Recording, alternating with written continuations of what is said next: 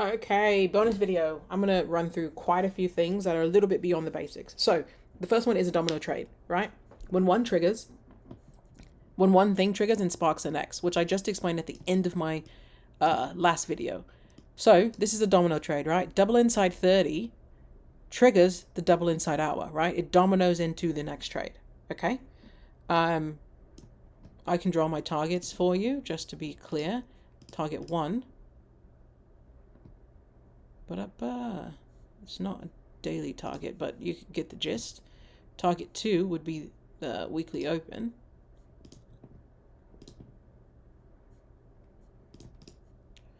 Wow, that's annoying. Okay. Target 2. And then final target would be the low of day. However, because I'm trading against time frame continuity, I need to know that this is a scalp, okay? Be sure that you know and understand that. You should have taken something at this first target because you're scalping. Okay, so that is a domino trade. Multiple time frame domino setups can happen from the 30 to the hour, from the 15 to the 30 to the hour, to the, the day, the week, the month, right? So it's just a chain move that is triggering other time frames along the way. Okay. Let's also talk about confirming and negating. So, confirming equals a higher time frame agrees. So, when someone says the trade is being confirmed, if I enter here on the 30, right? Inside 30 down, that triggers this inside hour down. The inside hour is confirming that this trade is working. Okay? That's what a confirmation is. Negating would be if it triggers this down, and it still has time to negate actually. If this flips green, then it negates this trade, right? This trade's negated on the hour. Okay? So that would be confirm and negate, and that will help you stay out of chop and stay out of fake outs. So this movement back up is not negating. If this flips green, that negates this trade, right? Because it's going the opposite direction. Let's see. The conversation around like what can it create, negate, or do. Either this setup confirms, so it does. That's what it do. So it can like trigger here and confirm, right? It confirm here and it just keeps going down. Or it fails, right? There's no in between in the strat. If it doesn't go your way, you get out. Don't second guess it. You minimize your loss and you find the next trade. So that will help keep your execution really on point. Example is here on the 30. Make it larger. You had an inside bar. 1, 2, looking for a 1, 2, 2, right? So if this is my entry, it didn't actually trigger, so it may not be the best example, but let's say it did. It just triggered barely and comes back through. That's negating this trigger. That's telling you this is wrong. It's going the other way. Okay? So that's what like negating your trigger or your symbol looks like. And then I want to talk about gappers really quickly. Let's see something that gapped. And when I mention gappers, I'm talking about gaps on the day. So things like this, right? So how do you play something like this that just gaps and goes, right? If it gaps up, then it's going to do two things, right? It's going to gap and go. So it gaps and goes, or it's going to gap and crap, which means it gaps up and comes down. And the gap means it closed here, then overnight it gapped up, okay? So this one gapped and goes. How do I trade that? You want to get on like the 15, and let me figure out what day this was actually. Wednesday. I prefer to play gappers on the 15-minute. You can play them on the, what's it called? On the 30 to be safer.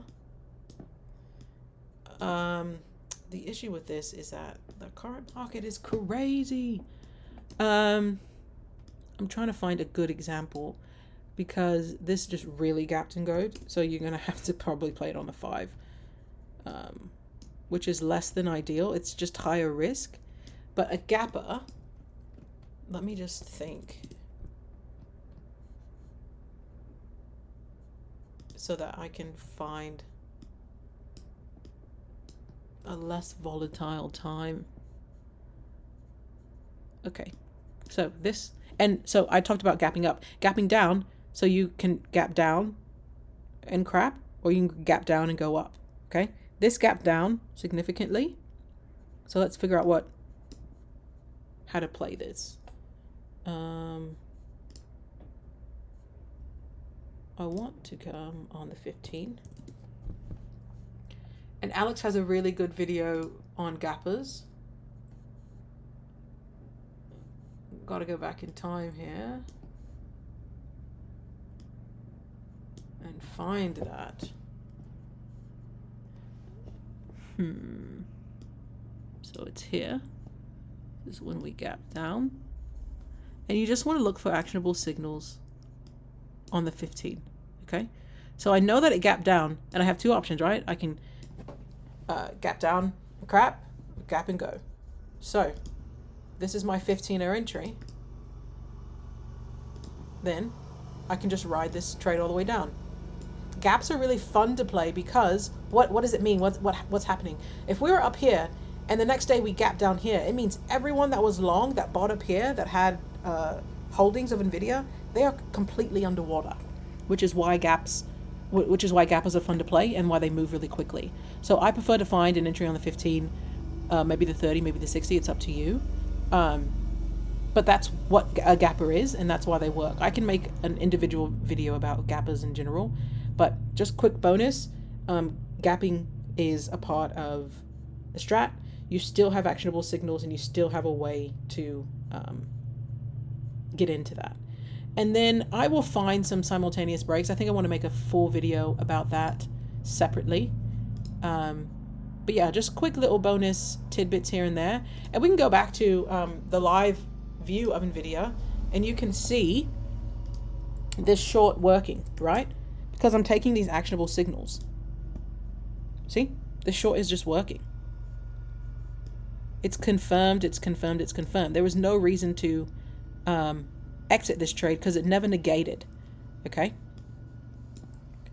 So now I'm well on my way. And I can also draw my targets on the 30, right? So this is another target. This is an area I could take profit if I wanted. But ultimately, right, we're trying to flip this week and then get to low of day. So just let this trade play out. I'm not going to wait the next 12 minutes, but you could probably go back in time and see that this most likely worked out. Yeah, that's what I wanted to show. And again, ask questions. I love feedback. You can't really hurt my feelings, so give me as much feedback as possible. Don't be a dickhead, but you know, it's just important to have honest feedback so that this can be a lot better. All right.